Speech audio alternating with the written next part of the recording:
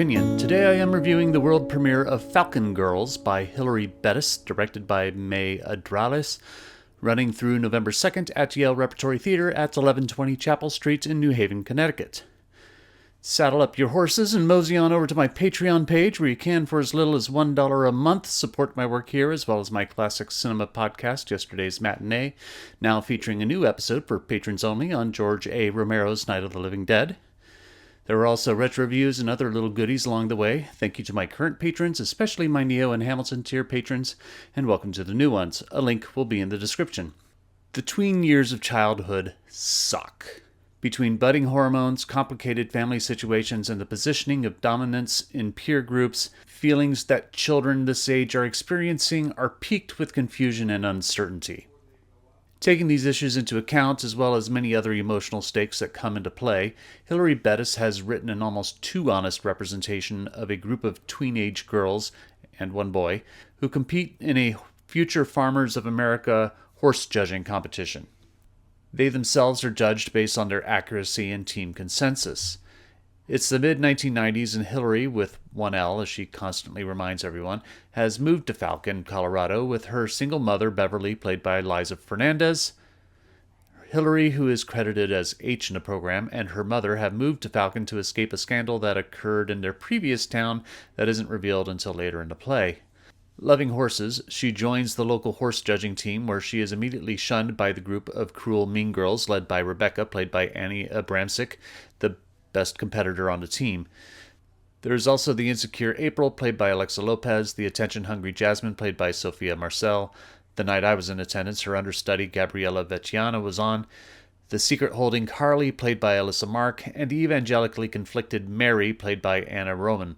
Along with the team is Dan, played by Juan Sebastian Cruz, who is sort of the team mascot, and Mr. K, played by Teddy Canas, the moral center of the play.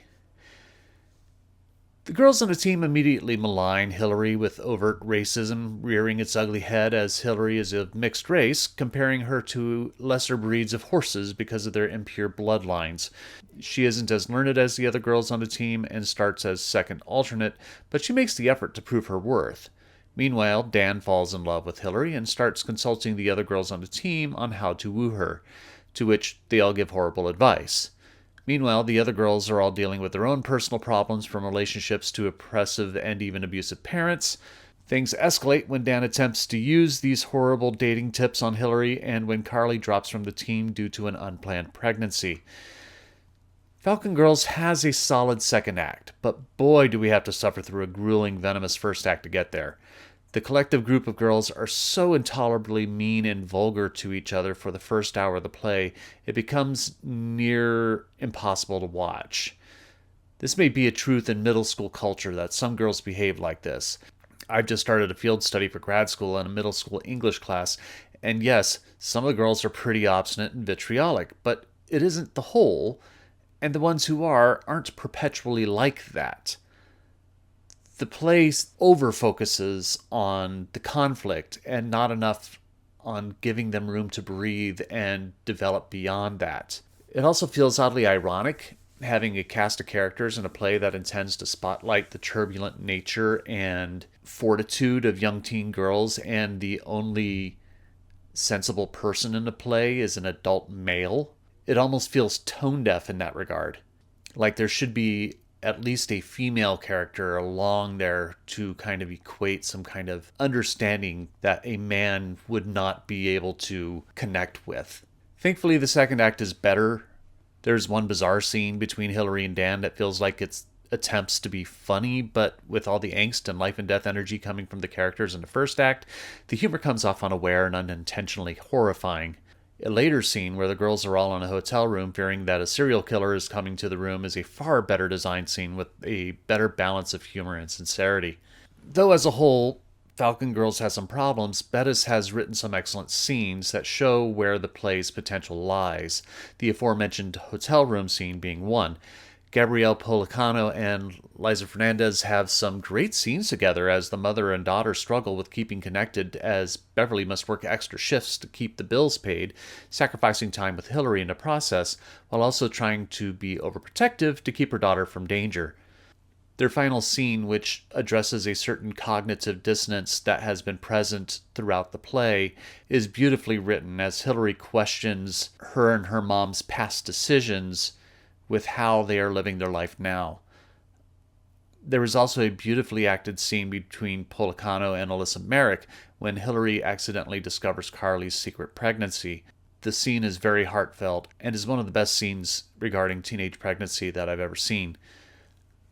Once the characters get to expand a bit, the cast get to develop their performances, and the second act turns into a rich array of emotion and personality that is engaging and interesting.